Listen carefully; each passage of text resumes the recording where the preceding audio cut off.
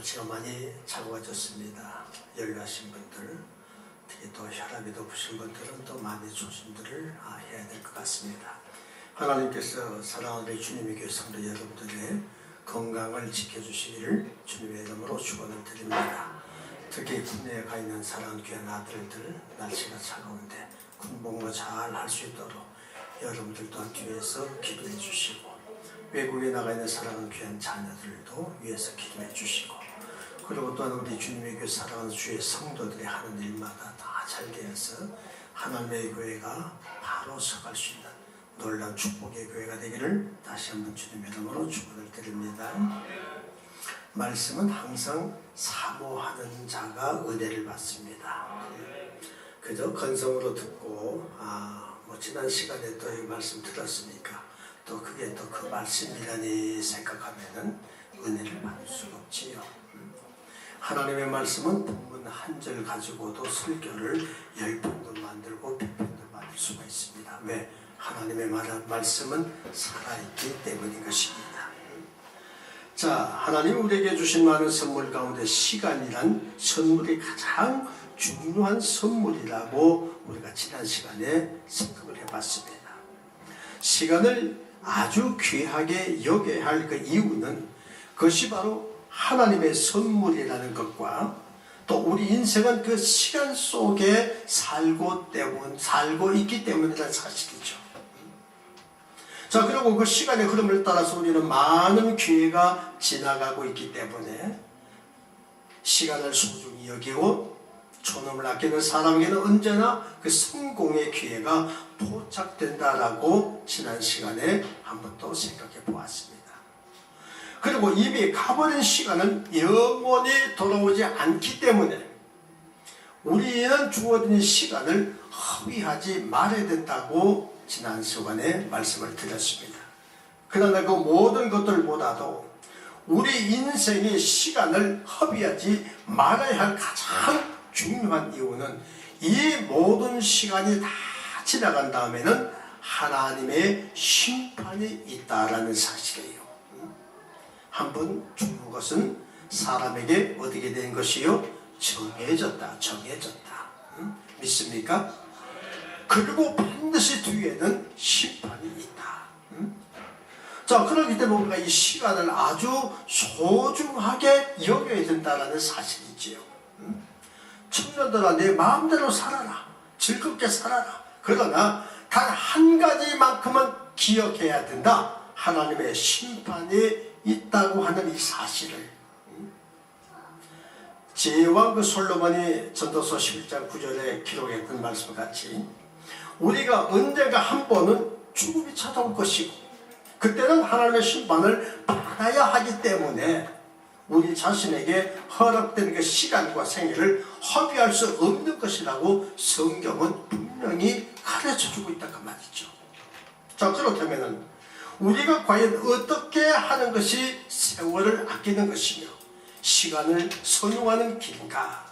지난주에 예고한 대로 오늘 본문 말씀에 그 내용이 밝혀져 있지 않습니까? 그것은 첫째로 주의 뜻이 무엇인가 이해하는 것이고, 둘째로는 술 취하지 않고 성령의 충만을 받는 것이고, 셋째로는 찬미와 감사의 생활을 하는 것이고, 넷째로는 그리스도를 경외하는 가운데 피차에 복종하는 생활이라 성경은 지금 이렇게 가르쳐주고 있습니다.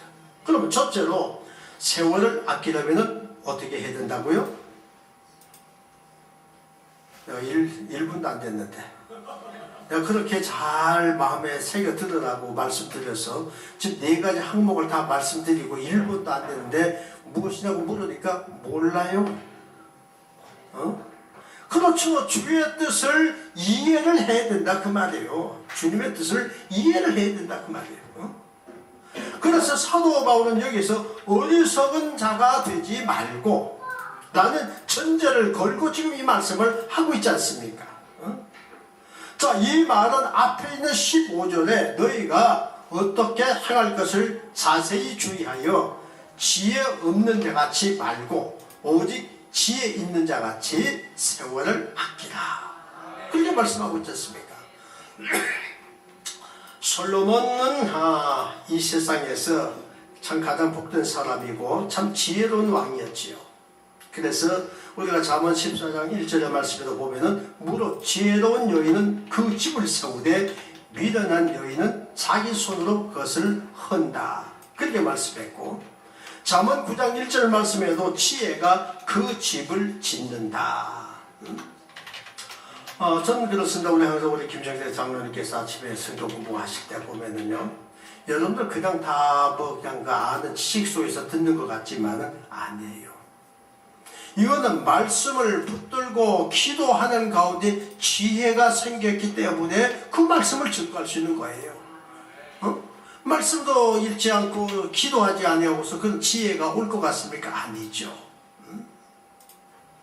그래서 항상 우리 장로님 쥐꼬리만한 지식이다 말씀하시는데 그렇습니다. 저는 그런 생각을 해요. 우리 장로님은 그래도 저보다 아직 좀 아르시기 때문에 저 같은 사람은 이제 나이 많아서 물러가도 우리 장로님은 이 주님의 교회를 세워질 줄로 믿습니다. 공부 잘하면은. 자, 그래서 잠언 10장 1절 말씀에도 지혜로운 아들은 아비를 기쁘게 하고 미련한 아들은 어미의 근심이라 그랬어요. 자, 그는 다윗의 왕위를 위해서 이어받아서 통일 이스라엘의 그 왕이 된 다음 기본 신당에서 무엇을 드렸습니까? 1,000번제를 드리지 않습니까? 근데 그 1,000번제를 다 드린 다음에 하나님이 솔로몬의 꿈에 나타나셔서 내 소원이 무엇이냐 묻지 않습니까? 그때 이 솔로몬은 장수도 구하지 아니하고 부를 구하지도 아니하고 원수의 생명을 멸해달라고 승리의 기원도 하지 아니했어요. 단 한 가지, 그는 백성을 다스리는 데 있어서 절대로 필요한 지혜를 나에게 주십시오. 지혜를 구했다 그 말이죠. 자, 열왕기상 3장 10절에서 13절에 보면은 이 사실 하나 때문에 그는 하나님의 마음에 맞는 인격자로 높이 평가되었을 뿐만 아니라 그것 때문에 전무후무한 지혜의 왕이 되어서 동시에 부귀영화도 역대 다른 어떤 임금들 못지않게 큰 축복을 받은 것으로 기록되어 있습니다. 솔로몬이 하나님께 구했던 그 지혜. 자, 그것은 오늘 본문이 말씀하는 대로 선악을 분별하고 하나님의 뜻을 분별하는 그 분별력을 말하는 거예요. 자, 그가 왕위에 오른 뒤에 이 사실을 입증하는 하나의 그 사건이 실제로 이제 터지지 않습니까? 우리가 열왕기상 3장에 보면은 한 집에서 살고 있던 두 여인이 사흘 간격으로 아이를 낳았습니다.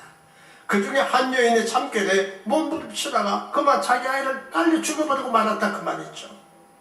그런데 깔려 죽은 아이를 잠들어 있는 사이에 살짝 바꿔치기를 했습니다. 그것이 시비가 되어서 마침내 임금의 재판을 받기까지 이 상소가 올라왔다. 요즘같이 유전자 검사가 다 발달됐으면 얼마나 쉽겠습니까? 자, 그렇지 못한 시대에 이제 왕이 재판을 하게 되었다 그 말이죠. 자, 사연을 듣고 난 왕은 그 분별하기 어려운 여인들을 앞에 놓고 명령을 내립니다. 야, 큰 칼을 가져와라. 그리고 아이를 두동하게 내라. 그리고 하나씩 줘라. 자, 그 중에 한 여인은 어차피 판결하지 못한 바에는 그렇게 해서라도 공평무사하게 나누어 가지라고 응했다 그 말이죠. 그러나 다른 한편의 여인은 절규를 하면서 내가 갖지 않아도 좋으니 제발 이 아이를 죽이지 말아달라고 애원을 합니다. 어느 쪽이 참 어미인가 이미 벌써 판결이 나고 말았다 그 말이죠. 이 재판 사건이 알려지자 온 이스라엘 백성들은 왕을 두려워했으니 이는 하나님의 저희 지혜가 저희 속에 있어 판결함을 보았기 때문이라 그렇습니다. 자, 열왕기상 3장 28절에 이것을 증언하고 있습니다. 지혜는 사리 판단을 바르게 해주는 은사일 것입니다. 지혜는 인간성을 풍부하게 하며 행동과 생활에 여유를 갖게 하지요. 그리고 그것은 선과 악을 분별하게 확실하게 하나님의 뜻이 무엇인지를 알게 해주는 아주 가장 귀한 은사입니다. 본문이 이 지혜를 가지고 세월을 이제 살아야 간다고 하는 것은 이걸 우리에게 권유하고 있는데, 진정한 충성이라고 하는 것은 원래가 그 지혜를 바탕으로 해서 우리가 충성해야 되는 거예요. 주인의 의사도 모르면서 열심을 낸다고 그것이 절대로 충성이 될 수는 없다라는 사실이에요. 우리가 마태복음 7장 21절에 나더러 주여 주여 하는 자마다 다 어디에 들어갈 것이 아니요 천국에 들어갈 것이 아니요 다만 하늘에 계신 내 아버지의 뜻대로 행하는 자라야 들어간다. 그렇게 말씀하고 있습니다. 또 마가복음 3장 35절에는 누구든지 하나님의 뜻대로 하는 자가 내 형제요 자매요 모친이라. 요한복음 2장 17절에는 이 세상 정욕도 지나가되 오직 하나님의 뜻을 행하는 자는 영원하리라. 그렇게 말씀하고 있습니다. 그럼 하나님의 뜻이 무엇입니까?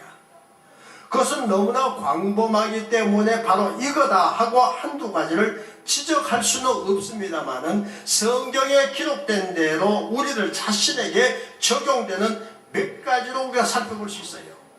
우리가 요한복음 6장 40절 말씀에 보면은 내 아버지의 뜻은 아들을 보고 믿는 자마다 영생을 얻는 이것이다.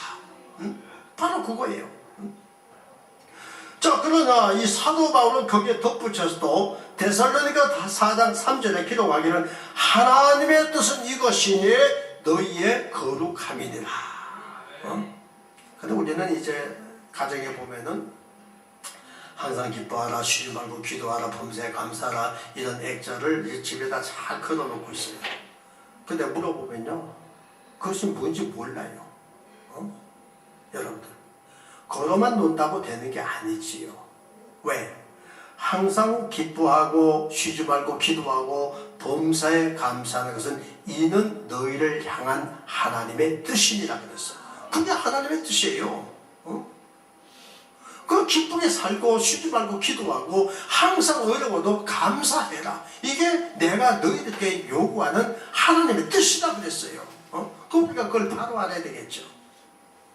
그리고 또 베드로는 베드로전서 3장 17절에 선행을 위해 고난받는 것이 하나님의 뜻일진데, 우리가 선한 일을 하다 보면요 고난을 받아요. 칭찬받기보다는. 자, 위에 세 가지는 얼핏 볼 때에 서로 모순되는 것 같이 보이지만은 오히려 그것은 자연스러운 영과 연결을 지금 지고 있다 그 말입니다. 그리스도를 믿어 영생을 얻는 백성은 이미 세상과는 전혀 구별된 사람이기 때문에 벌써 거기에는 거룩이라는 말이 붙게 되어 있다 그 말이에요. 이 거룩이라는 이 말은 헬라어로 하기오스, 히브리어는 가토스라고 하는데 이것이 무슨 말인가 하면 구별됐다 그 말. 구별됐다. 그리고 그 구별된 거룩한 신자에게는 핍박이 오고 멸시가 따르기 때문에 고난은 필연적으로 오게 되어 있어요. 여러분들, 예를 들어서 교회 다니는 우리 집사님이나 어른과 교회 재직들이 예를 들어서 술을 한잔하고 길에서 떠들고 간다고 칩시다. 그러면 사람들이 뭐라 그럽니까? 저 미친놈, 교회 다니는 놈이 저럴 수 있느냐. 그러면 일반 사람들이 그렇게 하면 아무렇지도 않아요. 구별된 사람은 구별된 생활을 해야 된다 그 말이에요.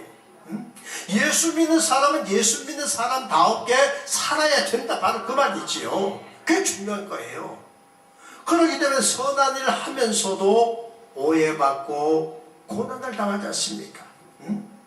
여러분들, 이와 같이 지혜롭고 슬기 있게 살아가는 성도에게는 고난과 시련이 있다 하더라도 하나님의 뜻을 바로 알 수 있는 명철이 있기 때문에 세월을 절대로 허비하게 안 산다 그 말이에요. 장으로 사람이 지혜롭지 못할 때에 헛수고를 많이 하게 됩니다. 바로 그 헛된 수고가 우리에게 주어진 시간을 낭비하게 하는 가장 중요한 그 원인이 되고 있다 그 말이죠. 그래서 성경에는 우리에게 어리석은 자가 되지 말고 지혜로운 자가 되어서 세월을 아끼라, 즉 시간을 아끼라, 그렇게 말씀하고 있어요. 그리고 둘째로 세월을 아끼려면 무엇을 받아야 된다고요? 성령의 충만을 받아야 된다, 그렇게 말씀하고 있어요. 자, 사도 바울은 여기서 술 취하지 말라, 이는 방탕한 것이니 성령의 충만함을 받아라, 이렇게 지금 말씀하고 있습니다. 성경은 우리에게 술을 금하고 있지요. 많은 사람들이 본문 구절을 인용하면서 술 취하지 말라고 했지, 뭐 먹지 말라고 했냐, 이렇게 또 갖다 붙여요. 그러나 우리가 잠언 23장 29절 이하를 보면은 너는 그것을 보지도 말라 그랬어요. 보지도 말라. 그러나 본문이 말하는 것은 단순히 그 술을 마시는 그 음주 행위만을 두고 경계하는 것이 아니고 인간 방탕하게 될까봐 그것을 지금 그 자체를 금하고 있다 그 말이죠. 그래서 칼빈 선생은 그의 주석에서 이 본절을 해석하면서 바울은 에베소 교회 신자들에게 온갖 종류의 방탕과 무절제를 가르치고 있습니다. 자, 이 세상의 자녀들은 쾌락을 자극하기 위해서 이 술을 마시는 일에 아주 익숙해져 있지만은 바울은 이와 같은 육체적인 쾌락에 대하여서 성령께서 우리를 기쁘게 해주시는 거룩한 기쁨을 맛보아야 된다, 바로 그것입니다. 그래서 여기에서 아소티아라는 말이 나왔는데 그것이 우리 성경에는 방탕이라는 말로 번역되어 있습니다만 영어 성경에는 excess, 다른 영어 성경에는 디스포리로 이것이 번역되어 있는데 excess라는 말은 무절제한 것을 가르치고 이 디스포리는 여인을 유혹하는 남봉을 의미하는 말로 이것이 사용되어 있습니다. 그러나 이 아소티아의 보다 더 근본적인 뜻은 제 위치를 떠나는 것. 사람이 제 위치를 떠나버리면 안 된다 그 말이죠. 그러니까 요 눈 하나가 불평을 합니다. 난 답답해 죽겠어. 발은 지멋대로 가고 싶을 때 다 가고 손은 들고 싶고 만지고 싶으면 다 만지는데 나는 요 속에 꽉 박혀가지고 나도 독립을 해야 되겠다. 그래가지고 눈이 톡 튀어나와가지고 뒤통수에 붙었다 그 말이죠. 그러면 그것이 사람입니까? 괴물이지요. 자기 위치를 떠나버리면 안 된다 그 말이에요. 위치를 떠나면. 그래서 사람이 술을 마시고 취하면은 그 몸을 가누지 못하지 않습니까? 비틀거리게 되죠. 그래서 미국 같은 데서 보면은 그 음주 측정을 하는데 뭐 기계 갖다 댈 필요 없이 줄을 빤듯하게 걸어놓고 걸어가봐라. 그걸 못 걸어갑니다. 그것이 자꾸 이탈한다 그 말이죠. 비틀거린다 그 말입니다. 자, 아마 여러분들 가운데도 그러한 아마 그 경험을 가지신 분이 있으리라고 생각합니다. 그러나 지금부터 얼마나 감사합니까? 혹시 그런 분 안 계시겠지만은 혹시라도 아직도 술을 조금씩 많이 조금씩이라도 드시는 분들 계십니까? 그래도 교회는 열심히 출석해야 돼. 왜? 때가 되면 하나님께서 다 끊게 해주신다 그 말이죠. 아소티아는 바로 그런 것을 가르치는 거예요. 사람이 술에 취하듯이 세상의 향락에 취하면은 제 설 자리를 잊어버린다 그 말이에요. 그렇게 되니까 자연히 세월을 허송세월하게 보낸다. 성경은 이와 같은 인생을 바로잡아서 제자리에 서서 제 일을 하게 하는 역사를 이루게 해주신 분이 바로 성령이 하시는 일입니다. 그러므로 성령을 받아야 자기 위치를 바르게 지킬 수 있다 그 말이에요. 아버지로서의 가정의 위치, 어머니의 위치, 자식으로서의 위치. 아버지로서의 가장으로서의 위치를 떠나고 어머니가 자기 위치를 떠나면 그 가정 망하는 것이죠. 그렇기 때문에 우리가 항상 중요한 사실은 성령의 충만을 받아야 질서가 바로잡힌다 그 말이죠. 질서가 바로 잡히는 거예요. 자기 위치를 지킬 줄 안다 그 말이에요. 그래서 이 본문에서 성령의 충만을 받으라는 이 말씀은 성령님의 계속적인 지배와 그 풍성하신 감 아래서 살아갈 것을 권고해주는 그와 같은 말씀이에요. 오늘날 서구에고 확립된 질서는 바로 기독교의 신앙의 바탕을 둔 성령 운동의 결과라고 볼 수 있습니다. 술 취하지 말고 성령의 충만을 받으라는 이 말씀은 매우 대조적이면서도 밀접한 관계로 설명될 수 있는 그런 말씀이에요. 우리가 사도행전 2장 13절에 보면은 초대교회 신자들의 성령의 충만을 받고 각종 방언으로 그리스도의 복음을 전파하는 그 열렬한 광경을 본 무리들이 뭐라고 그랬습니까? 저 사람들이 세술에 취했다. 그러나 성령의 충만과 술 취한 자의 모습은 정반대의 현상을 나타낸다 그 말이죠. 자, 술 취한 자는 제 자들을 잃고 비틀거리는 것이 특징이고, 성령에 취한 자는 제자리에 방어서서 할 일을 한다 그 말이에요. 그래서 성령의 충만함을 받을 때에 인간은 허송생활하던 지난날의 타성으로부터 깨어나서 알차게 바르게 살아가게 된다는 사실이에요. 그렇게 될 때 자신은 물론이고 가정과 사회, 국가, 민족의 전체적인 질서가 확립이 되는 것입니다. 자, 그러면 성령의 충만을 어떻게 받아야 되느냐? 성령의 충만의 길은 말씀과 기도에 있는 겁니다. 성령의 감동으로 기록된 이 하나님의 말씀은 그것을 읽고 듣고 배우고 실천하는 자의 영혼을 계속적으로 감화하는 능력을 가지고 있다 그 말이죠. 그리고 그 말씀을 토대로 하고 말씀을 붙들고 기도 생활하는 자의 인격 속에 성령이 임하게 된다 그 말입니다. 우리가 누가복음 11장 13절에도 너희가 악할지라도 자네 자식에게 좋은 것을 줄 줄 알거든 하물며 너희 천국께서 구하는 성령을 너희에게 주시지 않겠느냐. 세월을 아끼고 시간을 선용하는 길은 비틀거리지 아니하고 성령의 감화 아래서 충만한 기쁨을 가지고 살아가는 데 있는 것입니다. 성령이라는 이 말의 원어는 호흡이라는 뜻과 생명이라는 의미의 단어입니다. 성령의 충만한 곳에 질서가 있고 생명과 호흡이 있고 성장과 전진과 발전이 있으며, 그리고 또한 감사와 기쁨이 찬송이 있게 되는 것입니다. 그리고 셋째로는 세월을 아끼는 생활은 감사와 찬미의 생활로 연결되어야 됩니다. 자, 우리가 한평생 살면서 가장 헛되이 보내는 시간이 있다면 그것은 불쾌한 마음으로 짜증스럽게 살아가는 아마 그와 같은 순간일 거예요. 그래서 바울은 여기에서 시와 찬미와 신령한 노래로 서로 화답하며 너희의 마음으로 주께 노래하며 찬송하며 범사의 우리 주 예수 그리스도의 이름으로 항상 하나님 아버지께 무엇하며 감사하며, 항상 감사해야 된다. 여러분들은 항상 감사 잘 하십니까? 다리가 하나 부러졌으면 2개 안 부러진 거 감사해야 되고, 그렇지 않습니까? 차 타고 가다가 차 사고 나면 자동차 망가졌어도 내가 안 다쳤으면 감사하고, 항상 그렇게 감사해야 된다 그 말이죠. 여러분들,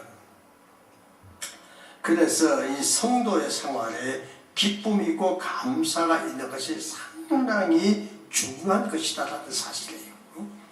짜증스럽게 사는 10년의 세월보다는 기쁘고 즐겁게 찬미하면서 감사하면서 살아가는 하루의 시간이 우리에게 더욱더 가치 있고 복된 생활이다 그 말이에요. 그리고 거기에 삶의 보람과 결실이 있는 것입니다. 이렇게 사는 것이 성령의 지배로 사는 생활이기도 합니다.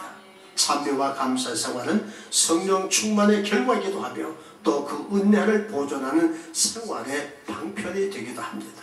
그리고 넷째로 세월을 아끼려면 그리스도를 경외하는 가운데 피차에 어떻게 해야 된다? 복종해야 된다. 있죠. 어디 한번 물어보십시다. 이 본문 말씀 가지고 지난주에 세월을 아끼라 첫 번째 시간에 말씀을 드렸고 오늘 두 번째로 말씀을 드린다고 했는데 여러분들은 오늘 교회에 나오시면서 이 본문을 다시 한번 읽어보신 분 한번 읽어보세요. 역시 우리 장로님이시네. 여러분들이 교회에 나와서 이미 이렇게 예고된 건 미리 한번 보고 그리고 또 교회에 나와서 오늘 주보를 보면 오늘은 어디의 말씀이다. 그러면 그 말씀을 미리 한번 와서 봐야 되는 거예요. 그걸요. 그걸 보면 오늘 말씀은 이러이러한 말씀이로구나 하면서 사모하는 마음을 가져야 된다 그 말이에요. 그래야 하나님께서 은혜를 주시지 않습니까? 자, 오늘 여기 말씀에도 보니까 피차에 복종에 이 복종이 상당히 힘든 거예요. 내가 고개를 숙인다는 거 자존심 상하지요. 잘 때는 안 됐지요. 그런데 복종해야 된다 그랬어요. 복종해야 된다. 자, 그리스도를 경외하는 것과 사람에게 복종하는 일은 서로 다른 것 같으면서도 그것은 가장 밀접한 관계를 가지고 있다는 사실이에요. 그래서 예수님께서 인자가 온 것은 섬김을 받은 것이 아니고 어떻게? 섬기러 오셨다. 예수님은 우리 인간을 죄에서 해방시키고 그 형벌을 대신하기 위해서 인간의 몸을 입고 이 땅에 오시지 않았습니까? 그리고 십자가의 죽으심으로 우리를 구원하지 않았습니까? 그래서 그분은 이 땅에 계실 때에 병든 자, 가난한 자, 죄 많은 인간, 버림받은 인간들을 찾아다니면서 그들에게 생명의 길을 알려주시고 깨우쳐주시고 고쳐주시는 일에 그 모든 시간과 정력과 생애를 다 바치지 않습니까? 우리가 예수를 나의 구주로 믿고 그를 경외하는 신자라고 한다면 우리가 참으로 예수님의 제자요 추종자로 우리 자신을 인식한다면 우리는 결코 남을 지배하거나 통치하는 자리에 나 자신을 절대로 올려놓지는 않을 것입니다. 참으로 그리스도를 경외하는 참 그리스도의 인간관계는 어떠한 경우를 막론하고 지배와 복종의 관계로 성립될 수 없다는 사실이에요. 그것은 어디까지나 상하로 연결되는 종족관계가 아니라 피차에 복종하는 횡적이고 연합적인 관계로만 이것이 성립이 된다 그 말이에요. 마태복음 23장 8절 이하의 예수님께서 이 관계를 너무 소상하게 밝히지 않습니까?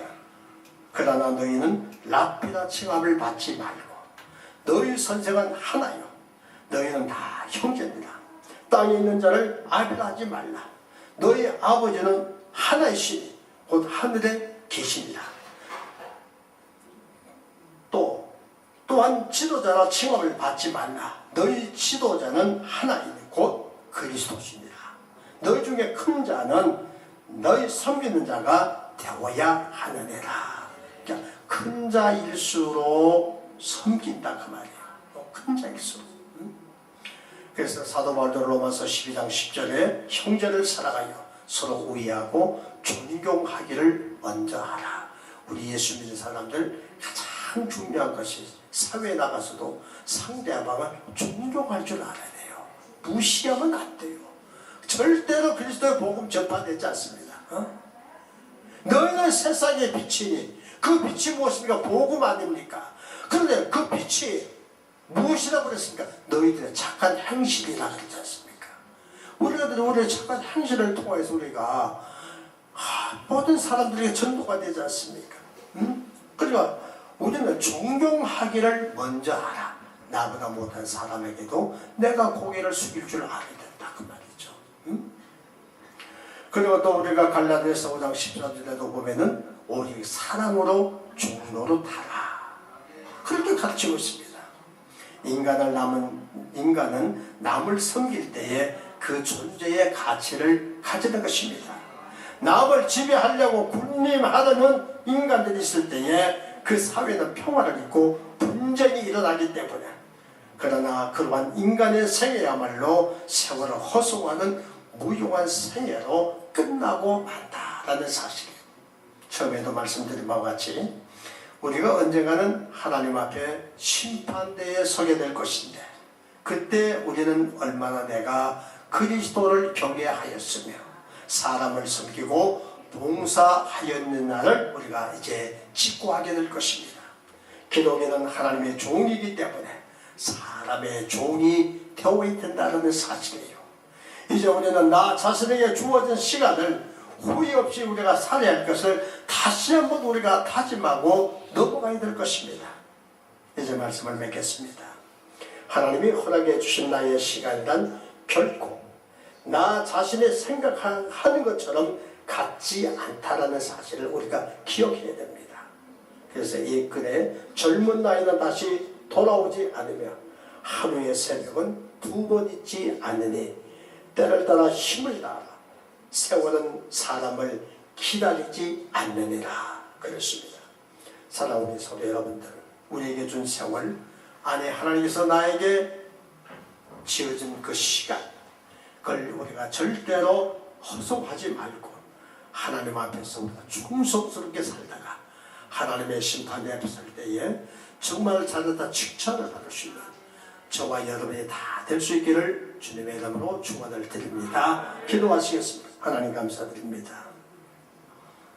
사람의 말이 아니고 주신 말씀은 하나님께서 부족한 종을 통하여서 대언했을 뿐입니다.